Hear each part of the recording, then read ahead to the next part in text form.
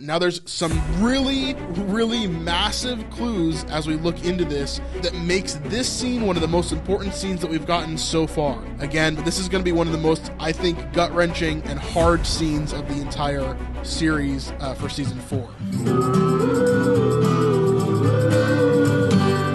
So next we're going to talk about a scene that is not to do with the Pharisees, but rather to do with the Romans. We're finally back with the Romans.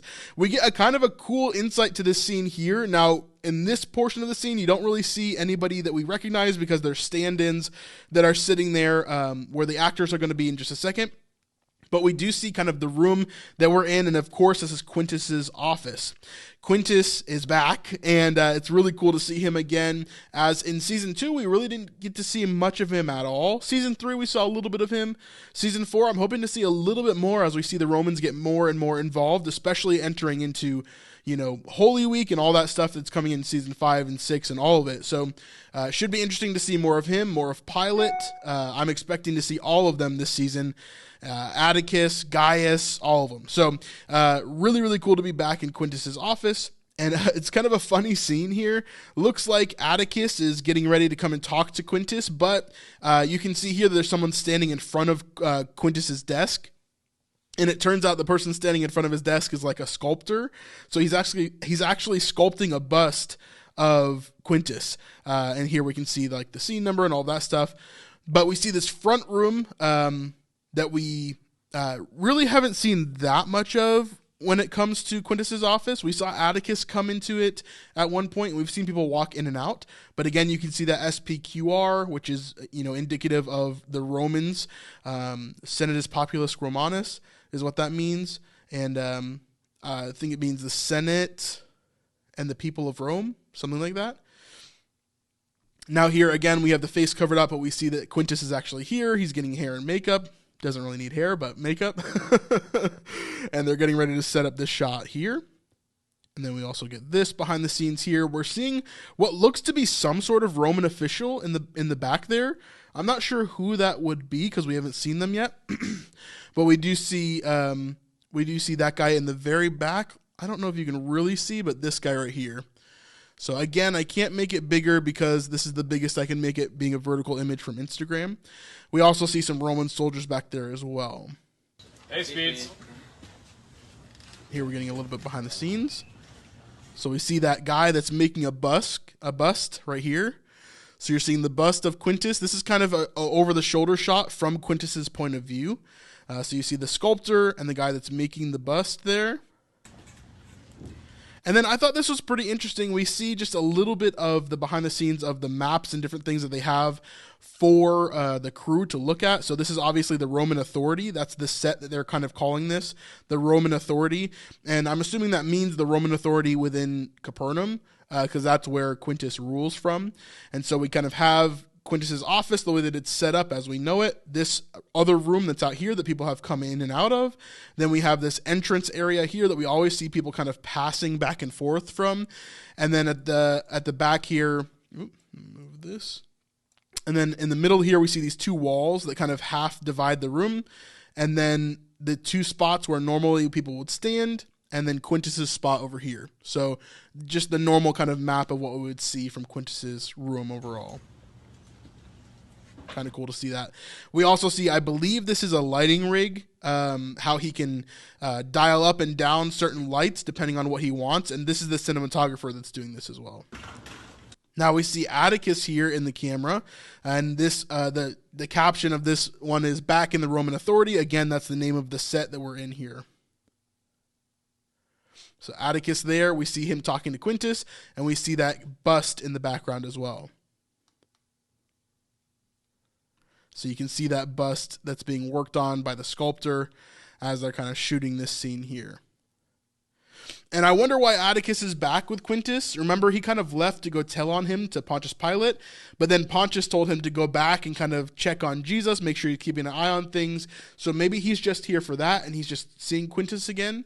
I don't think he's super worried about Quintus, but he still doesn't like him, right?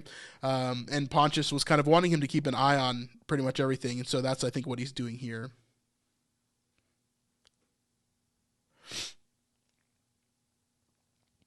Again, seeing all the Romans kind of going in and out, making the place feel alive, right, as people are kind of moving in and through. So here we have Atticus, a closer up shot of him as he's waiting to come into the scene. Thank you. And then we have the guy making the bust, and Quintus here.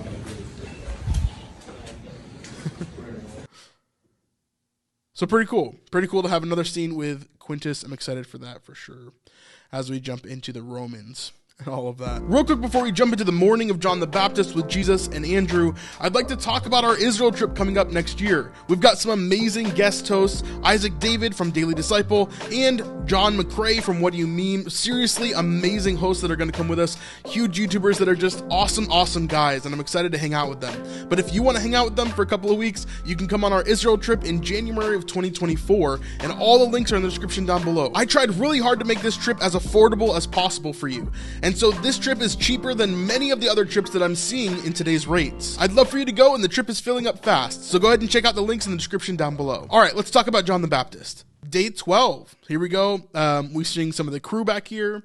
Now, I'll mention this really quickly. I mentioned this before. This is Mitch. Now, he is part of the crew, and he's been working on The Chosen for a long time, but he actually just finished recording a pilot for a new series called the Promised Land series.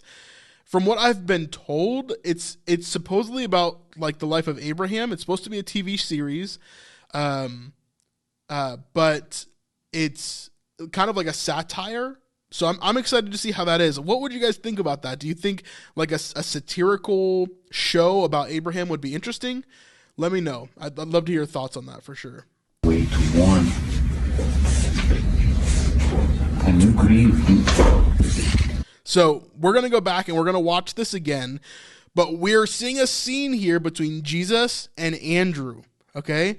This is really important. Now there's some really massive clues as we look into this that makes this scene one of the most important scenes that we've gotten so far. So let's watch it. Let's watch it through again, and I'll kind of pause as we go through, and then we'll watch the whole thing in its entirety again. But this is going to be one of the most, I think, gut-wrenching and hard scenes of the entire series for season 4. But let's see how it goes. Right way to warn. So he says, "There's no right way to mourn." Can you grieve? And then he doesn't finish his line. He kind of stops there because he couldn't finish. He didn't remember the whole line. But he said something like you couldn't grieve or you should grieve or something like that. So what is happening here? We see as Jesus is sitting next to Andrew, he's talking about mourning. Obviously, they're both sad. But one of the biggest clues that we have in this scene is that Jesus has his tunic ripped, as we can see right here. Now, what is this a sign of? This is a sign of mourning. So not only Andrew is mourning, but also Jesus is mourning. So this is clearly talking about John the Baptist after his death. So it's Jesus sitting with Andrew, and they're talking about John the Baptist and how they can deal with this whole situation. Jesus is obviously upset. He's torn his garment, which is a very Jewish way of mourning for them. Probably some ashes were involved at some point too. Putting ashes on yourself is another sign of grief or mourning. And so we're seeing this conversation as Jesus is comforting Andrew, who of course is going to be freaking out at this point that his mentor John has died.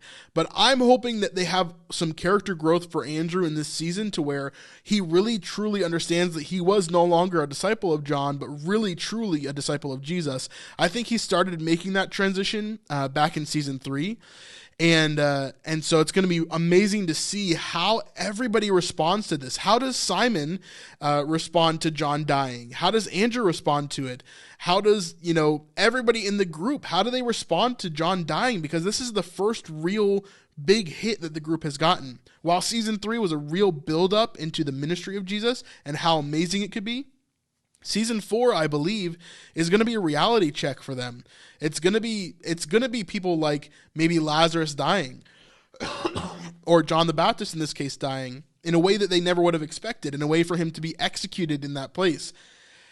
It's pretty intense because while they've heard about the Romans doing horrible things and they've felt the oppression of the Romans, there was never this time until now that they've seen, someone who's basically working for the Romans, Herod, that would actually execute one of their own, one of their own people that they followed, right? And that they traveled with. This is going to be a heavy, heavy scene. So let's take a look at it one more time and chat through it one more time here. Grieve. You are exceptional lightweight one. Can you grieve? It's going to be a heavy scene. I'm not sure exactly what that is going to go on, but I know that Andrew is going to find some healing there. Maybe Jesus will find some healing through Andrew as well. Again, they're friends. And so, of course, Andrew would want to comfort him as much as Jesus would want to comfort Andrew. Andrew is not going to be alone in this, because Jesus not only lost John a friend, but he lost John a cousin, right? A family member, someone who he spent time with, right? Who he met before he was even born, right? So this is an intense moment for Jesus, as probably more so than it is for Andrew. And so Andrew's probably looking to comfort him as well. Should be really interesting. If you like this part of the stream, then you can watch our entire live stream over on our Patreon, patreon.com/thesnipelife. It is seriously a massive, massive help. And truthfully, this is the biggest way that you guys can help our ministry and continue to help us going in the future. So thank you very much, and we'll see you on the next one. Peace.